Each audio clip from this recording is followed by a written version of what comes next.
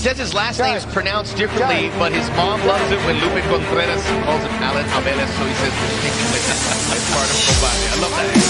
Lupe makes me think I speak Spanish. He goes, Camper mi clare. We are underway. Choko Castillo, the statuesque figure in red, taking the center of the jaula. He's a big lightweight. In a southpaw stance, Roa, nice head kick. Yeah, you mentioned Roa, how well traveled he is. He did win his last fight in November of last year in Bahrain. And the Middle East to the list of places that he stamped his passport. Nice switching stances is Roa. And he parries all those punches from Castillo. And we've seen fighters from South America, and the jury's out because we know about the fighters in the U.S. and Mexico. And again, we get pleasantly surprised. We've seen it from the Peruvians, we've seen it from some Venezuelan fighters, and we expect to see it from the Colombians now. And you talk about the ability to go and do shows in places like the Middle East. It's not the ability, it's about the only thing that the fighters in South America can do until Combate. They really had to scour the globe because they were unknown in this country. So they have to fight in far-flung places. That's why it's kind of hard to evaluate their background and their record. It's a lot of different international regional promotions, if that makes any sense. International regional. And we should point out also that COVID is wreaking havoc on the continent of South America. It's continuing to do so.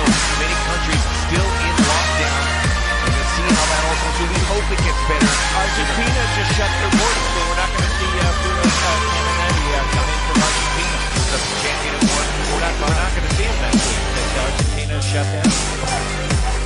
Roa's doing a nice job of dictating the pace of his fight so far. Castillo hasn't been able to land anything clean. Roa's seeing all the punches, he's seeing everything, and he's posing a real problem for Castillo by switching from southpaw to orthodox. And he's trying to put a read on him, and he hasn't been able to land flush so far. Muhammad Ali's footwork there, but you are right, JP. He looks fluid, staying out of that reach from Choko Castillo, who can't find the range yet. And for the guy who has the advantage in reach, that has to be trouble. Yeah, absolutely. Nice again. Gets used with overhand right, but it misses. Good eye, good read by Roa. Thinking about switching stances again, keeping Castillo on his toes. Really frustrating him with that switch stance. Nice left hook from Castillo. Someone caught him back to the left and the right.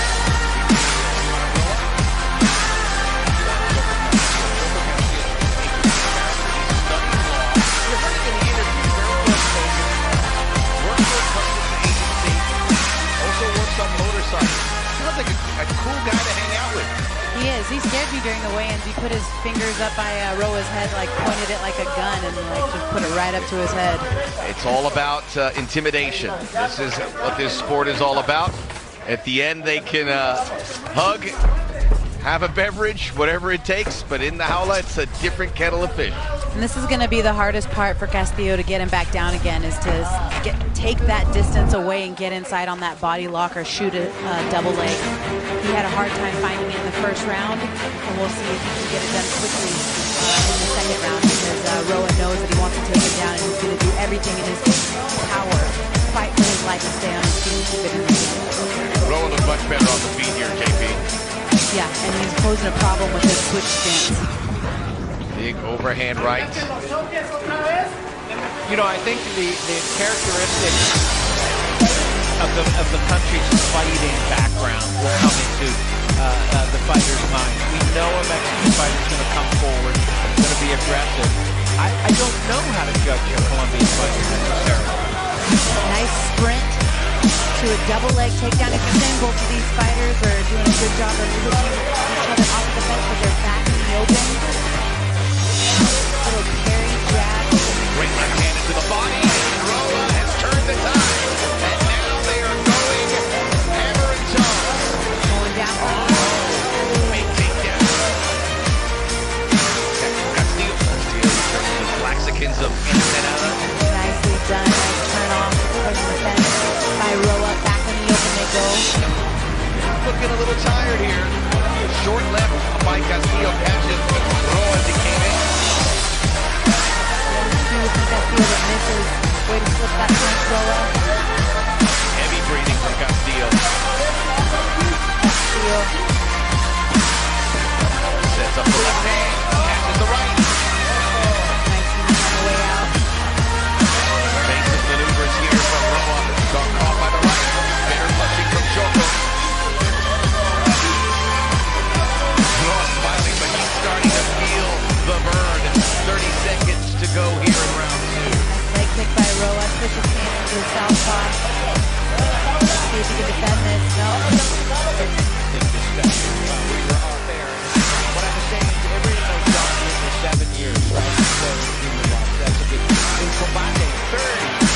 These are old fighters for combate. And I really want to do something really special for both of them.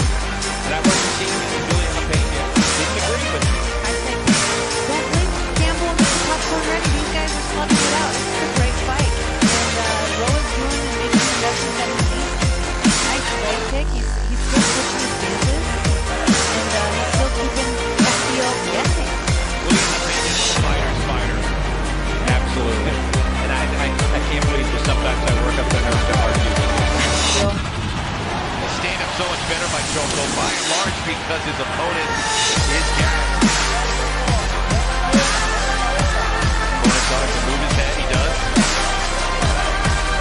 Roa able to chop in with a couple punches. Nice 1-2. Crisp right down the top now for Iván Choko Castillo. Ooh, nice good jab by both parties. Ivan looks like he has a little bit more power behind his punches. Better combination. Choko goes for the takedown. Roa again back to the... Lost his father. And he uses that as motivation. Nice judo throw, but he gets reversed by Ivan. Again, he's holding on to that head. If he can cut that angle to the right and sit deep, he might have something. But he gives it up. And he uses the whizzer instead. And let's see if he can use that whizzer to help him stand back up to his feet. Big here in this lightweight featured bout. Fought in Bellator before, now putting to put some work here in combate.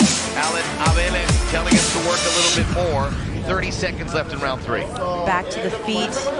Nice wrist control by Roa, and they're back in the open. Nice done by Roa.